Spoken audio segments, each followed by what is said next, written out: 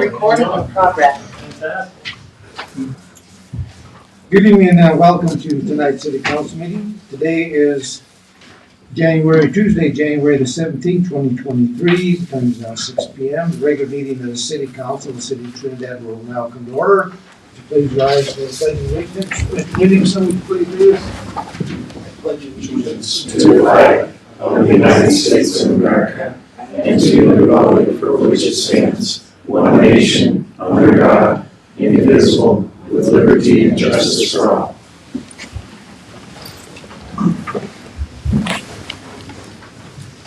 Roll call, please. Devano. Here. Griego. Here. Ogletree. Here. Shu. Here. Thurman. Here. Williamson. Here. Rico. Here. Item 2, approval of the agenda. Council have any changes that they need to make? Entertain a motion? So moved. Second?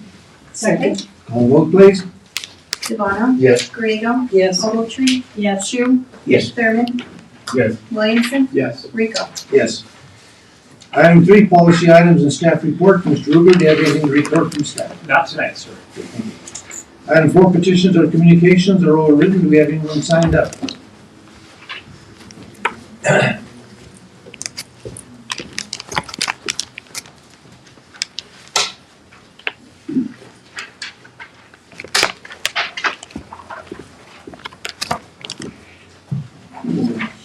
Okay, have a Kyle Fitzgerald. Please come forward.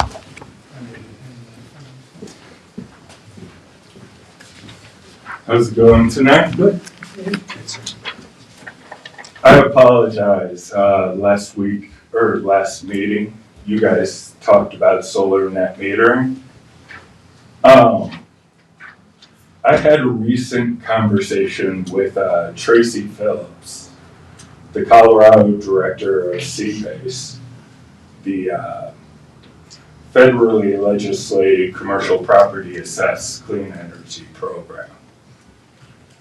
He informed me that Los Animas County's participation in the program was all that is needed to utilize the benefits of the program, which consist of sub-market rate loans, solar panels, battery backups, weatherproofing, energy efficient equipment, and building insulation. The city of Trinidad simply doesn't enter into the equation. The county already passed it. The state passed it, the federal government legislated it. That's all. If anyone has any questions, Mr. Ruger has all my information. I'd be happy to forward Tracy Phillips' email to anyone who has questions. We'll leave that all up to staff to take care of. Thank you. Okay, thank you. Thank you. Item 5, consent agenda approval. Approval of regular meeting minutes of January the 3rd, 2023, special meeting. Minutes of January the 9th, 2023. Just something, I'm not sure if this is clarification on that. When Mr. Hill came forward on the minutes, that was 12:12, Article 2, Chapter 12 says, and I brought that up saying that if someone came forward, and according to the minutes, it says that someone indicates that someone had come through, and I'm not sure if that's correct. So if that needs to be my correction, just take care of that. Absolutely, Mayor. Item B, appointment of Carol Blatnick Barrows to the Historic Main Street Board. Ms. Barrows, I know is not here. I'm not sure. I don't think she's on either. Item C, appointment of Lynette Bordeaux to the Historic Main Street Board. I don't see where she's here either. Approval of the bills for $1,593,888.79. Item E, approval of payroll January the 7th, 2023 through January the 20th, 2023, the amount of $203,309.05. Is there any questions concerning the appointments at this point in time? I have a question. Is it mandatory for them to appear in front of council Or is it just the vetting of the board itself? It would be nice if they would be here, because we can ask them questions, and that's something that has come before us. The general policy is that they should be. They should be. Are they advised of such? I am sure they are. There have been exceptions, though. I don't want to say there haven't been, but the general rule is they should be. Yeah, even if they're on Zoom, Yeah. so we could, you guys, if you want to take that out, take those two items out, because that's the problem we've had in the past. We've been chastised over that. Do we want to try it? I think we should maybe, Insist that they be. So do you want to make a motion to exclude those two items?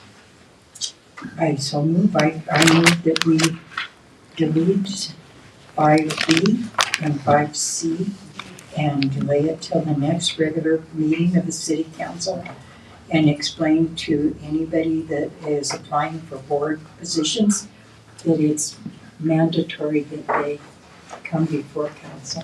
Okay, we'll take a second on that. Second. Okay, on call roll to exclude those two items. Devono, Yes. Griego, Yes. Ogletree, Yes. Shu, Yes. Thurman, Yes. Williamson, Yes. Rico. Yes. So I'll entertain the motion for the other items that are on there. Item A, the approval of the minutes. Item D, approval of the bills and the payroll. Entertain the motion. So moved. Second. Second. Okay, call vote. Devono, Yes. Griego, Yes. Ogletree, Yes. Shu, Yes. Thurman, Yes. Williamson, Yes. Rico. Yes. Item 6, unfinished business, we have none. Item 7, public hearings. 7A, consideration of use of FY 2021 EPA Brownfields Coalition grant funds and Housing Now Development Incentives Workforce Housing Funds for the Holy Trinity Affordable Workforce Housing Project. Hearing is now open. Mr. Yearman. Back. Let me see. So this is the resolution for Holy Trinity. They are applying for the Transformation Affordable Housing Grant Program for a $10 million grant from DOLA to leverage the Housing Now, which would actually permanently, not permanently, but for 30 years, restrict all 34 units up to 140% AMI for rentals for the community. For their application, what they need is a funding agreement that addresses not just the totality of what the town's or the city's commitment is, which is $390,000. So that's $90,000 from the EPA funds, the grant funds, as well as $200,000 from Housing Now, and then we plugged in $100,000 as a not to exceed amount on the tap fees because the state wants to actually see an amount. So that's what you have in front of you is a funding agreement that reflects that. I know the applicant did ask that a clause be added to the agreement, basically saying the agreement's terminated if they do not get the grant, which I personally support because that frees up the Housing Now money for a different application in the event that we're not successful, but we're going to be successful. The second piece is with the EPA funding, EPA does want you to conduct just basically a comment, if anyone has comments on the funding, because it is a good chunk of the EPA funds. They want to make sure that the city supports the project. So that's why you see the public hearing tonight as well. So with that, I'll answer any questions, and I know the applicant's here as well. Why don't we get someone from the applicant to come forward? Have any?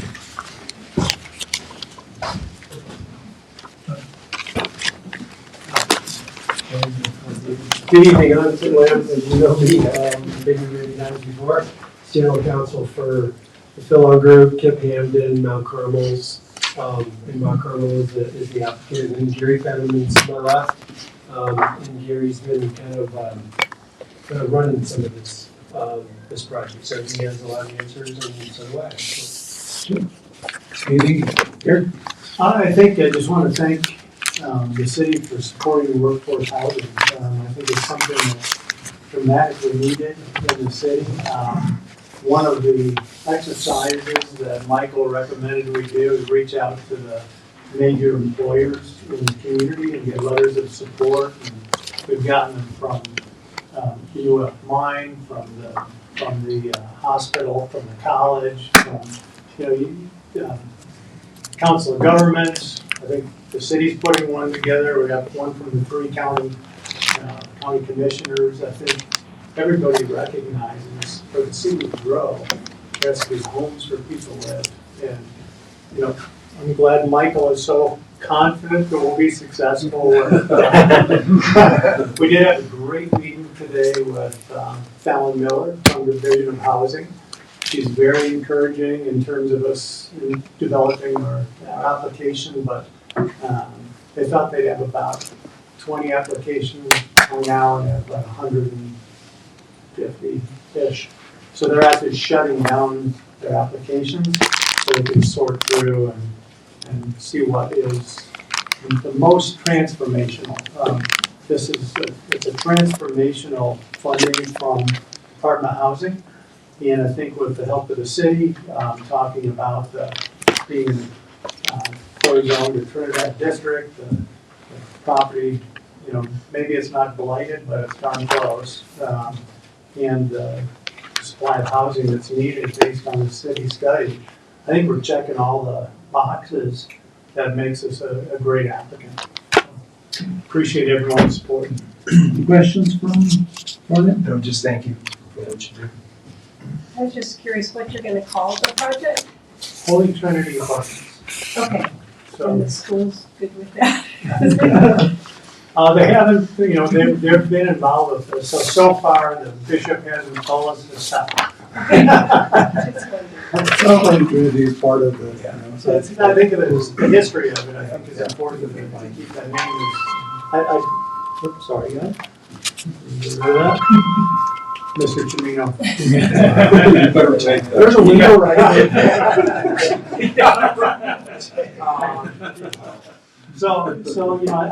I think we are in as good a position as, from the city's perspective, to be successful with Phil. We have some good friends there, and Tara Marshall, and hopefully she'll, recommend this as well. Sure. I have a question.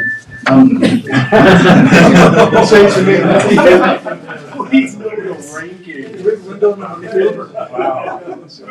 So, You're next, Phil. When we first saw this presentation, with sort of the overall how the project may look, in moving from 8 to 34 units being deed restricted, is that going to change the curve look much? No. The intent was always to develop 34 units. This is a matter of funding. So the structure of the Housing Now grant was eight units capped for $200,000. So one of the other things we discussed, and hopefully you'll keep open-minded to it, is possibly working with us on a 2023 Housing Now, application. The project just keeps growing. The last estimate right now is 18 million. So Jay's patient capital, I guess you call it, or angel capital, is getting a little bigger. But he's not blanking. This is important to him to leave it as a. Does this include convent? It does not. That's Now, separate. two things. So one is the EPA grant, which would include convent. There's $1.2 million in asbestos and lead. Right. So that's one application. That was at a cap of $1 million. We were hoping we'd get it for 800, but instead it's $1.2 million. So we'll mitigate it all, given that we get the EPA application. That's kind of step one. And then hopefully we'll have the funding from Division of Housing from DOLA. That's step two. And then we'll be working with History Colorado and working through the historical state grants to try to bridge that final gap, which would be potentially $1 million for the hostel. And they look at it as one building, we look at it as three, because it is three. So we're cleaving off the hostel, and we'll have the apartments are owned by Mount Carmel. The hostel would be a for-profit thing, so we don't have the same grant application ability except for EPA. But, you know, we think that for providing housing for transient workers coming in for building homes or, you know, doing restorations, we can offer that, because there'll be, you know, nightly housing for 40, 45 people, so you could easily have a electrician that's coming in from, you know, Colorado Springs and needs it for a month. It's a whole lot more affordable than staying, fortunately, at the Hilton, you know. So, you know, we're trying to fit that role too. How can we help the city bring in short-term labor, and where can they stay? So as we grow, We definitely need that, we've seen that Yeah, in the last few years. we need it, you know, with all the construction we do. Yeah. First is getting the people here, second is finding them a home. I think Carl's got a few people living in his house. But it's just, you know, how do you do it? And all these are great pieces to get us there. There's other projects that are, you know, up and coming that, I'm not sure what your timeline is on the hostel. That's the thing at this point. Sooner than later, I think. You know, we need to kind of figure this one out, so this, we're hoping by May, we'll know if these grants have come through. And then we'll start running kind of parallel with working through the hospital. If we get the apartment housing grant, we have to complete that project by 2026, December 31, 2026. So we would probably be doing both. Gary calls it a hostel, I would call it a hotel, especially after the last planning commission. They didn't like the word hostel, but we'll have to do them side by side. We'll be working side by side to try to complete them both. And that's an easier project by far than the apartments. I mean, you're 34 kitchens, you know, 50 bathrooms versus that common cooking area. So that should come along a lot faster. Is your plan to restore the outside historically accurate? Yes, yeah, I mean, that's our plan, and that's what History Colorado will hold us to. We have one little hiccup that may keep us from applying for historic grants. In 2023 of all times, right? There's a statute that just went into the National Park Standards, and it's a whole dialogue on converting schools to apartments. And one of the things that in the national register says you can't have windows. So the back of the 1940 school has no windows. No windows, no apartments. So we're actually working with Dana's architect right now, see if we can get a variance to put windows in, or we lose 6 apartments. Or we just don't take a history grant, and Jake puts in another $1 million. His commitment's to 34, so if we can't get it, we think we need $1 million. But it's our job to do our best to make sure that we minimize those kinds of things. What's bad about that is that those units, that area, you know, if you can't use it for anything, it just becomes a dead space. That total dead space, Dead 3 space. floors of dead It space. doesn't make sense. So what Paul Glenn, who's Dana's architect, says is he's gotten variances because of higher, you know, the best, highest use, and having it sit empty has no use. So he thinks we can win. So we'll have to take a swing with Joe Salazar and crew. What's going on with the field? Is that for you? We don't own it yet. I say yet because the Archdiocese has approached us a couple times about our interest in it. We have the area, the grandstands, and then to the east of the grandstands, but not the football field itself. They wanted to retain that for the school and for activities. I don't think they've been using it much. So if they get to the point where they want to sell it, we will probably be right there in line to buy it. But Jay also met with the bishop, and the dialogue was, if you're not gonna water it and make it look pretty, will you let us put in irrigation and water it and make it into a park?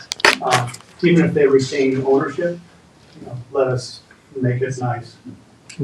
And the bishop didn't say no, so.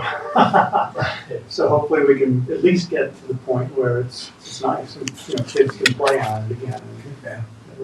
Right now, they lose a kneecap, I think, when they go down there. They're making an extension of Trinidad Park up there. We've had some plans for that in the past too. It's just a matter of, the diocese just isn't, not sure what they want to do exactly. So they've talked to us about a few other things too. They've talked to us about the gym, they've talked to us about the rectory. But then they don't really get off the first base, they just sit there. And so we're just, Jay listens and says, what do you guys want? And if it works, we'll take it. So that is the plan. No, it would be nice if they would sell it, then they could use it for restoration of the church. That would be good. Perfect. Yeah. If that's something that they've been doing, right, well, knows that. Do you just need land like to stage from for the restoration of the church, or would it become more church property? We were talking if we sell it, then that we could put money into restoration for the church itself. Have the money. Oh, yeah, absolutely. Absolutely. You guys did a good job on the Sister Bernardino project. I'm just curious, would that tie into the apartments or something different, something? Well, things change. But Sister Bernardino ties in a little bit to the brewery. Okay. We're starting to, in fact, Carl's here, we're starting to do some demolition in the brewery buildings. And there's one set of plans where that could be connected to Sister Bernardino Garden. Kind of double the size of it. So for a, possibly like a wedding venue, to have a hall for receptions and things, with possibly some hotel rooms or some other activity rooms, meeting rooms, etc. It's just a matter of right now, with the hotel, we're kind of wanting to get that done first before we figure out what to do next. Jay doesn't want to, he wants to do them all at once. That's a hotel for a lot, we're probably 120 days out from being done. And, I was wondering. And there's all kinds of cool stuff. I mean, he's putting in ice skating rinks for kids and pickleball courts and things. It'll make it really a destination place where people come and stay for 2 or 3 days. My wife was asking the other day, it'd be cool to have a skating rink. Yeah, they're gonna do that. So it's already in there. So There's a skating rink in the winter with those kind of Teflon surfaces is not always cold. And then that comes up and down goes putting greens. So the bottom line is, if you want to get rid of this, we're going to be around for a while. There's a lot of projects. Anyway, thank you for everything. You're welcome. Any other questions? Okay. Yep, thanks a lot. Thank We'll you. keep you up to speed as we, march forward with Department of Housing. It's a big fish. Anyone in the audience or listening in wants to speak for or against the application? Hearing none, case closed. Item 71, resolution approving an economic development incentives workforce housing funding agreement with Mount Carmel Wellness and Community Center.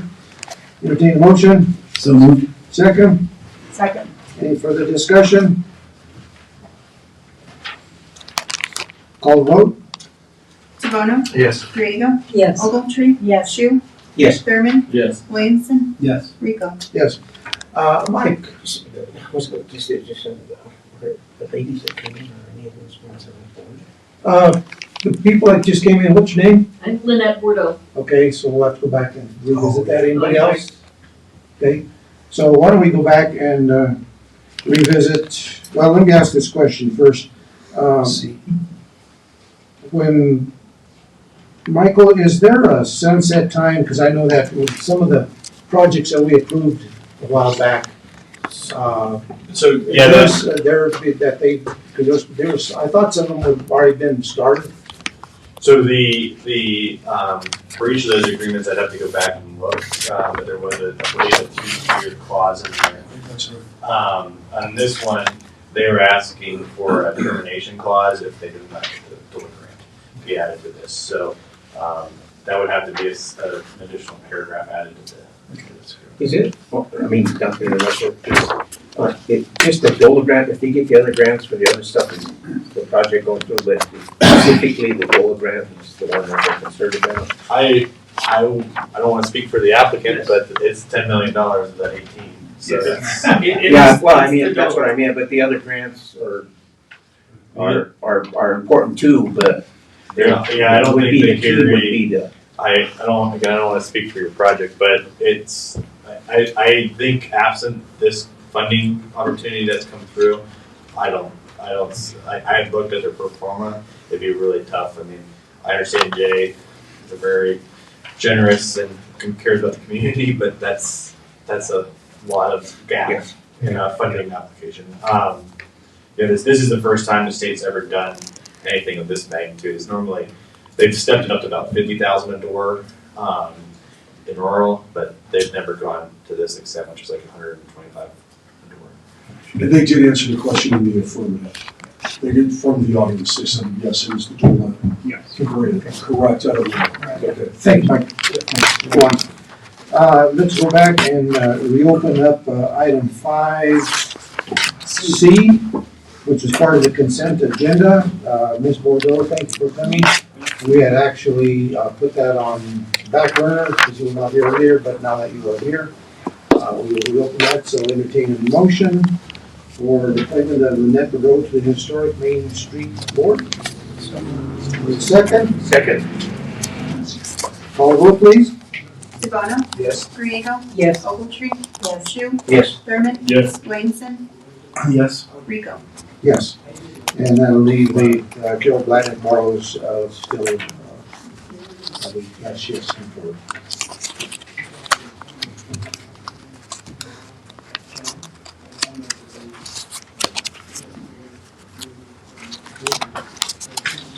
Item 8, miscellaneous business, first reading of an ordinance to locally landmark City Hall. Someone introduce? I'll introduce it. Okay, entertain a motion? So moved. Second? Second. Ms. Hall, what do you got, please? Council and staff. As you recall, I was here a while back, discussing the budget and the items that we had to, we had some landmarking to do. And, this is one of the city-owned buildings that we proposed to landmark. And I apologize that, Charisse Boomsma was supposed to be here today. She's the one that prepared the application for landmarking of City Hall. And if you have any questions, please just let me know and I'll note them down and make sure they're answered. But she did a really good job of preparing the application for landmarking. And the period of significance for the building is 1909 through 1980. And what this report basically says is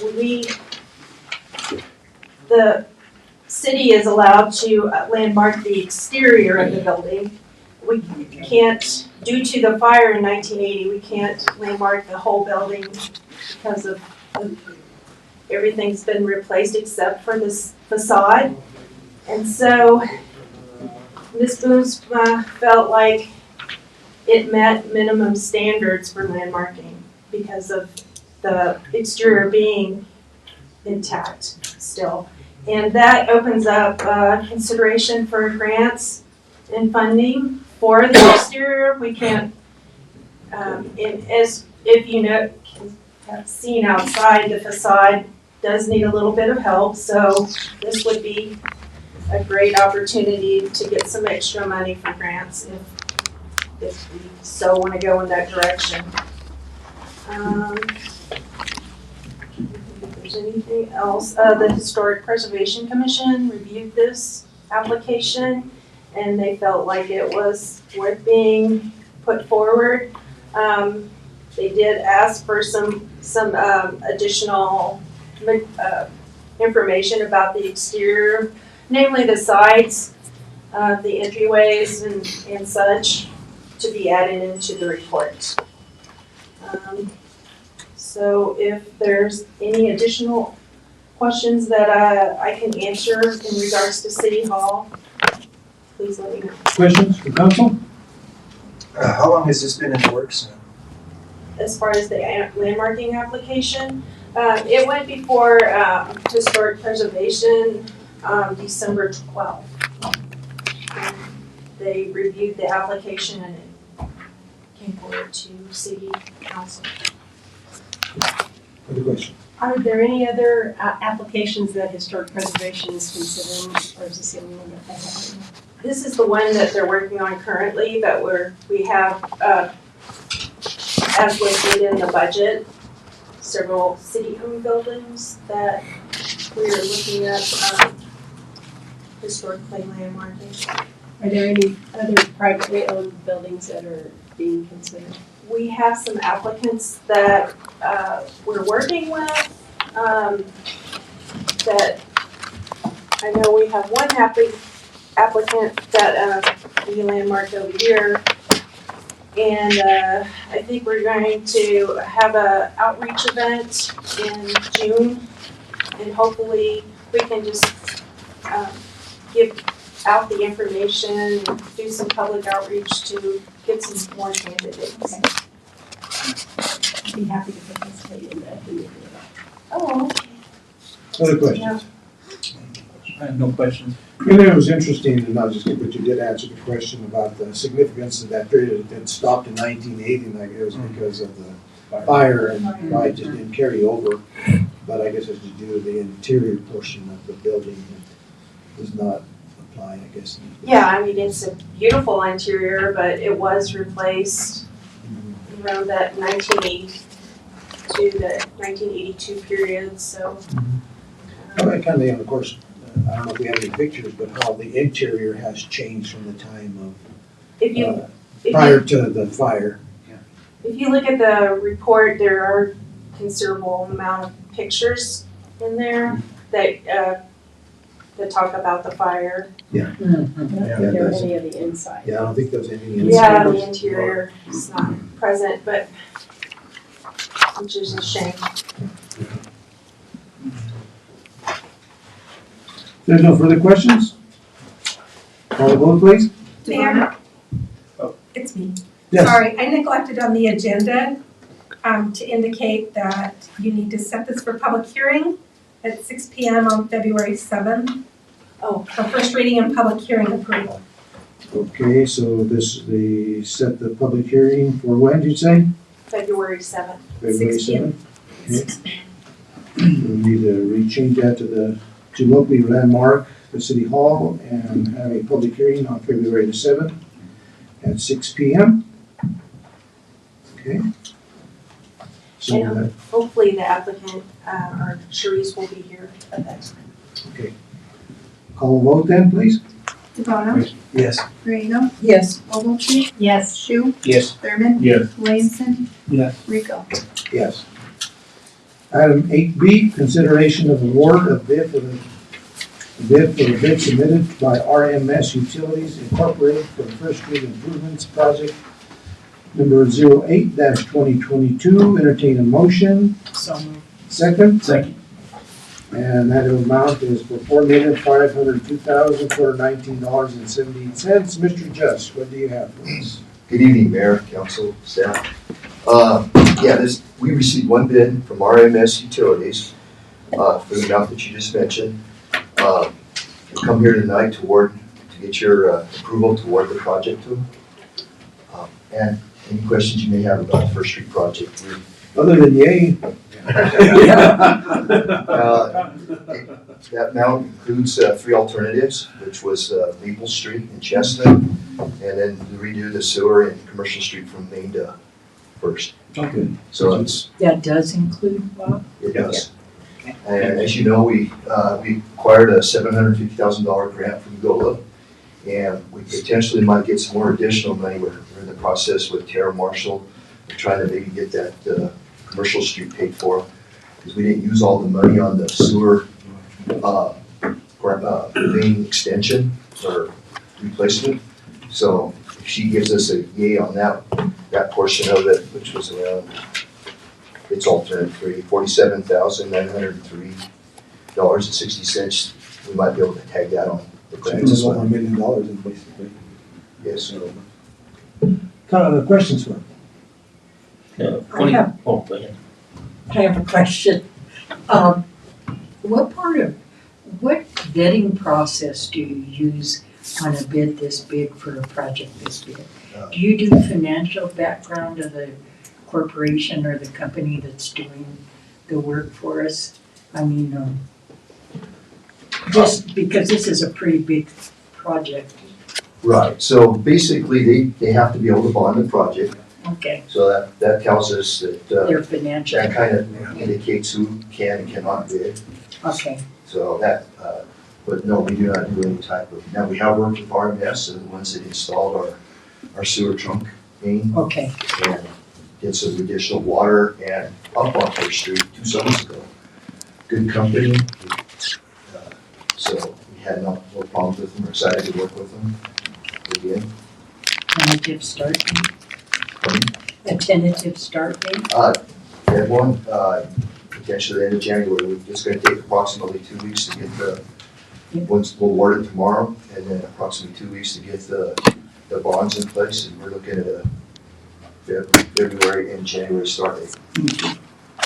Okay, question? Why are we just gonna tell them in the contract, make sure you put no change orders, because the price goes up. But, yeah, that's the only issue that we ever have on contracts like that, because then something happens and they come back with a change order and we end up paying more. Can you see anything that we might be looking at? You're working with 100-year plus infrastructure. Yeah. There's a lot of unknowns out there. So we had a little bit for change orders, That's what I was just so, getting to the point was, do we have something to cover whatever we have on that? Not good. yeah. So we think we have all our I's dotted and our T's crossed, but you never know when you start uncovering and excavating. Well, yeah, that's true. Right. Okay, other question? Do you have any estimate of when it might possibly be completed? Well, we give it a year, 365-day construction time. With this contractor, we kind of feel that they like to move. I mean, they completed the sewer project in about half the time. So I think, and it's all in their incentive to get in there and get out, that you just make more money, so. Okay.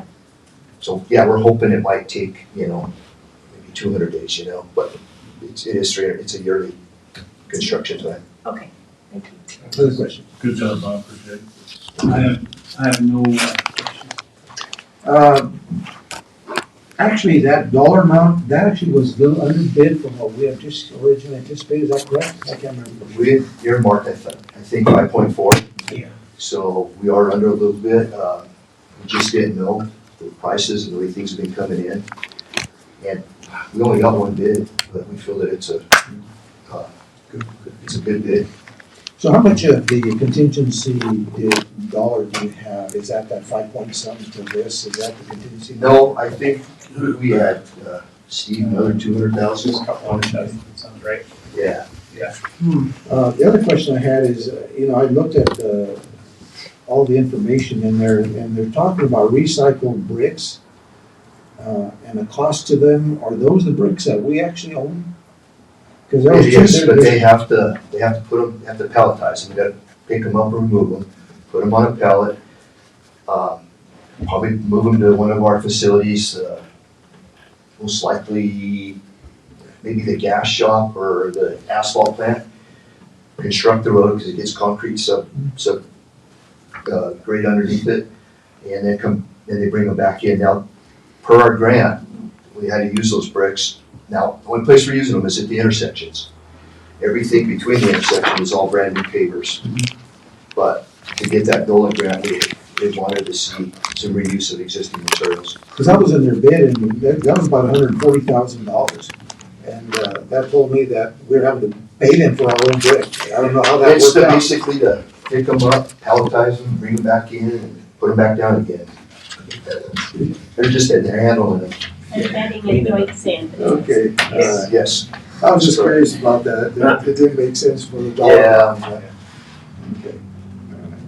Any other questions? Call a vote, please. DeBono? Yes. Griego? Yes. Ogletree? Yes. Shu? Yes. Thurman? Yes. Williamson? Yes. Rico? Yes. Thank you, guys. Thank you. Nice one. Thank you, Robert. Job. Item 8C, miscellaneous business. First reading of an ordinance, increasing liquor license application renewal and permit fees and setting a hearing date for consideration of said ordinance to February the 7th, 2022 at 6 p.m. Need someone to introduce. I'll introduce. Motion, So moved. second? Second. Ms. Garrett, what do you got? Good evening, Mayor and City Council members. As discussed at our work session, the city hasn't adjusted its local license fees since 2007, so we're long overdue. As you know, fees tie directly to the work involved. Otherwise, in Colorado, they're considered a tax. And so the fee increases that are proposed are justifiable based on the amount of work that it takes to perform the tests necessary to deal with these licenses. As discussed at the work session, I've adjusted the ordinance to reflect that special event permit fees will be $75 per day as opposed to the current $25 per day and maximum of $100 per day. And aside from that, we're taking our fees up to the allowable amounts, and That was gonna be my question. I thought that it still showed $100 in the actual.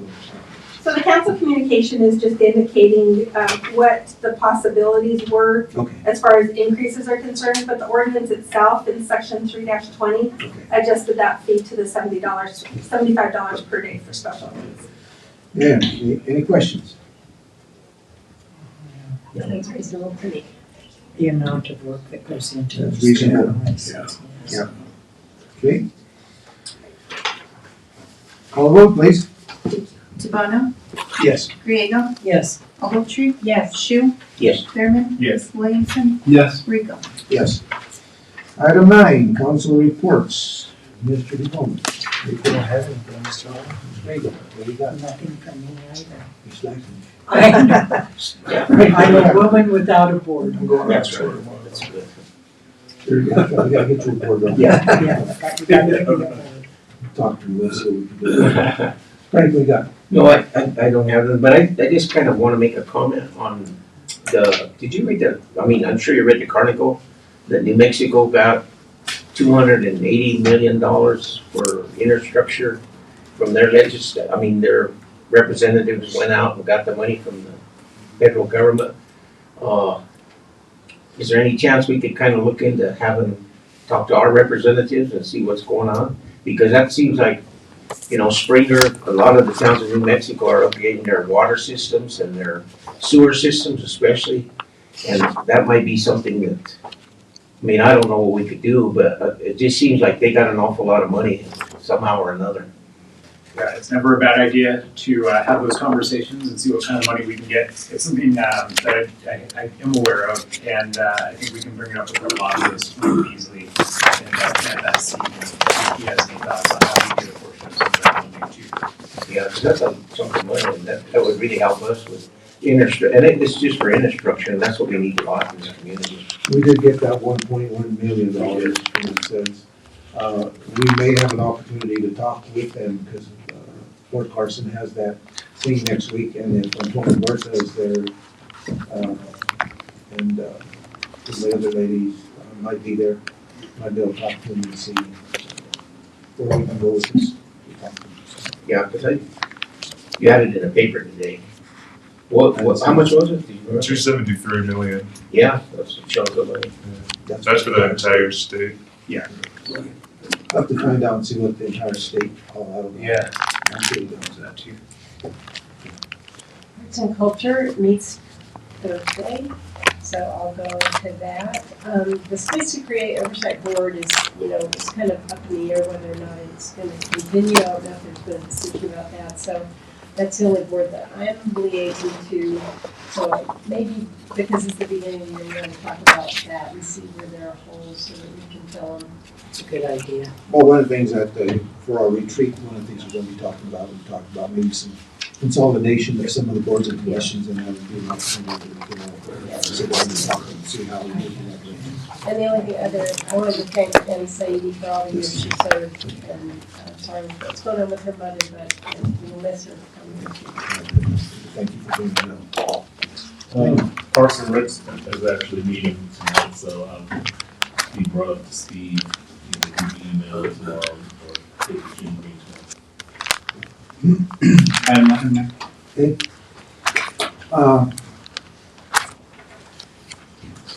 Couple of things I said. I attended Judge Burbach's retirement. Read a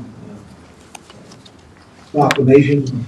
It was a full house. There were a lot of people there. She was a very well-liked person. And, she was a good judge. I guess you know her better than anybody. I've known her for many, many years, even before I was mayor. And very nice person, and wish her well. We were public defenders together. Oh, were you? Yeah, yeah. She was my junior lawyer. Yeah. I attended the tourism board. During the tourism board, a couple of things is tourism, and I can't remember if this came up before, but tourism board decided not to go forward with that RFP for marketing because it was a pretty high state, so they backed off from doing that, and we're trying to go in a different direction. They still need the help, but they kind of want to try to narrow it down for the cost, I think mostly, because it's going to be like $100,000, and we don't know what we'll get. Also, Jared Chatterley reported on the trail system. Chamber of Commerce was there as well. They did a presentation. They also went ahead and talked about the sofa signs. What are going to be the electronic signs? They're going to have two of them, one on Main Street, one on Commercial Street. I think that's where they're talking about putting them. And they'll be able to put information about what's going on in Trinidad. Maybe we'll do some, probably get some money back because people can actually sponsor some of the signage on it. So I think it's a good thing that they're going to do that. One thing that was interesting, I can't remember the gentleman's name that was there. This gentleman found an old marker on this end of town off of 100 that extends all the way down to the highway. And it's an old concrete marker that's there. And he's going to look into it a little bit further to see if I can find any other significance to that marker. Because I guess you can actually see it from the highway.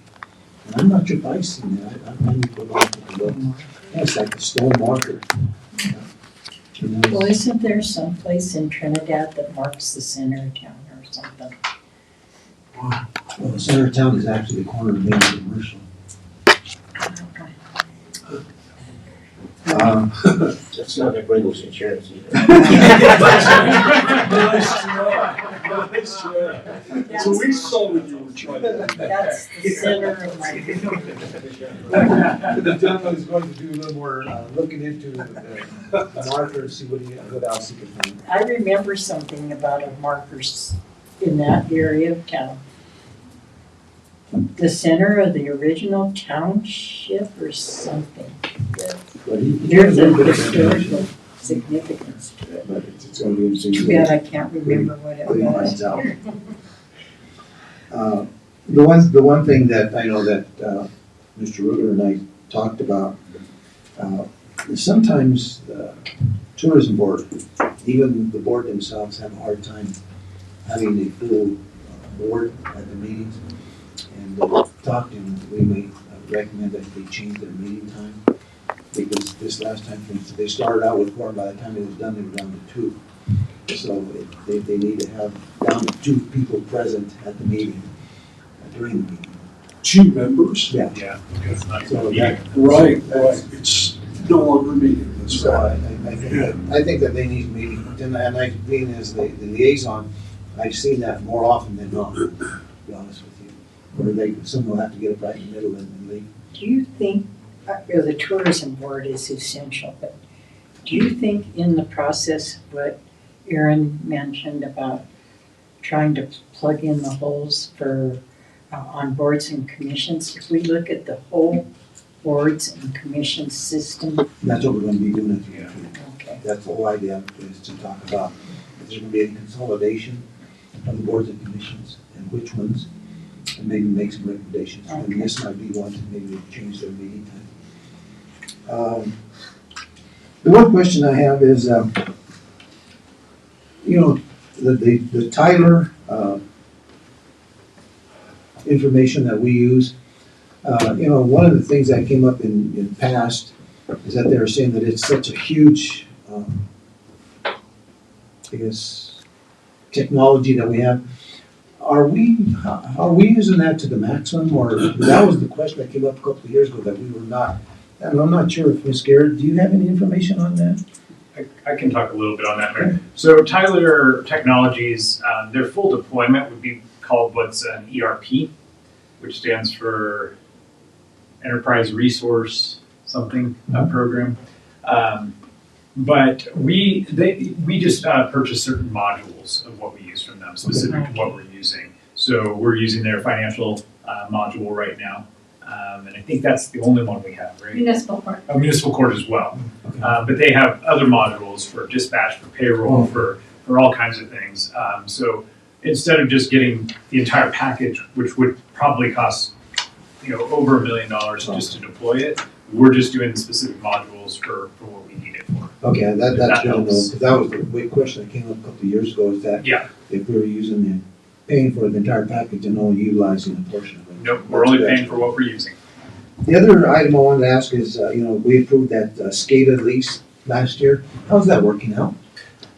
Are we getting back the information that we were anticipating? I believe so, yes. Yeah, we Oh. haven't heard any concerns about it. It seems to be working the way it's supposed to. At some point, we might, bring someone forward to give us a little more presentation on that. It would be good to know what's happening with that.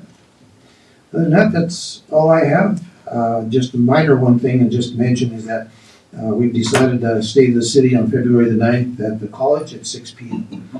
So, Mr. Rubin, what do you have for us? Really nothing tonight, just a couple reminders though. Your work session, since we have 5 weeks in January, it'll be on the 30th, so we get a free week next week. And then February 7th, just you've probably watched all the public hearings we've been setting. It's going to be a pretty long meeting, so just want to have everyone be prepared for that. Mr. Dunn. Thank you, Mayor and council members. The only thing I want to mention is that you're probably hearing snippets of pending legislation. That is, bills that are being introduced this legislative session now that we have the new year. There's a tremendous amount of proposed bills and things like this. I was watching the news last night, the local news, and there's some really controversial measures this legislative session. And I hate to talk about like pending legislation because it can be, it's kind of speculative. You never know if it's going to go through, but I think it's necessary. And there are a number of bills I think that you may want to weigh in on. I'm not going to suggest anything right offhand, but also I know historically, Debbie Wagner, when she was our lobbyist, would talk at some point, like early on in the legislative session, about pending legislation and things that might be of interest to the Trinidad City Council, to all of you. And so I don't know if Mike Beasley is wanting to do that, but it may be something that we could ask of him so that you could really be aware of anything that you may have a strong interest in for this legislative session. Let me take a look. I know that was it last week, I think he sent us a list of what has been proposed so far. Right. I'll go back and take a look. Did you get that, Mr. Rubin? Yeah, I forwarded it out to everyone and department directors. So I'll go back and take a look and see what, there may be something in there that would be of interest. And as time goes on, like I said, they introduce over the period of the till May, 500 some bills. Exactly. So it'll be a drip, drip, drip, and then all of a sudden it'll be a flood. That's what's going, that usually happens the last month of the session, so we'll just have to kind of stay on top of it, and Mike will probably keep us informed about what you're talking about.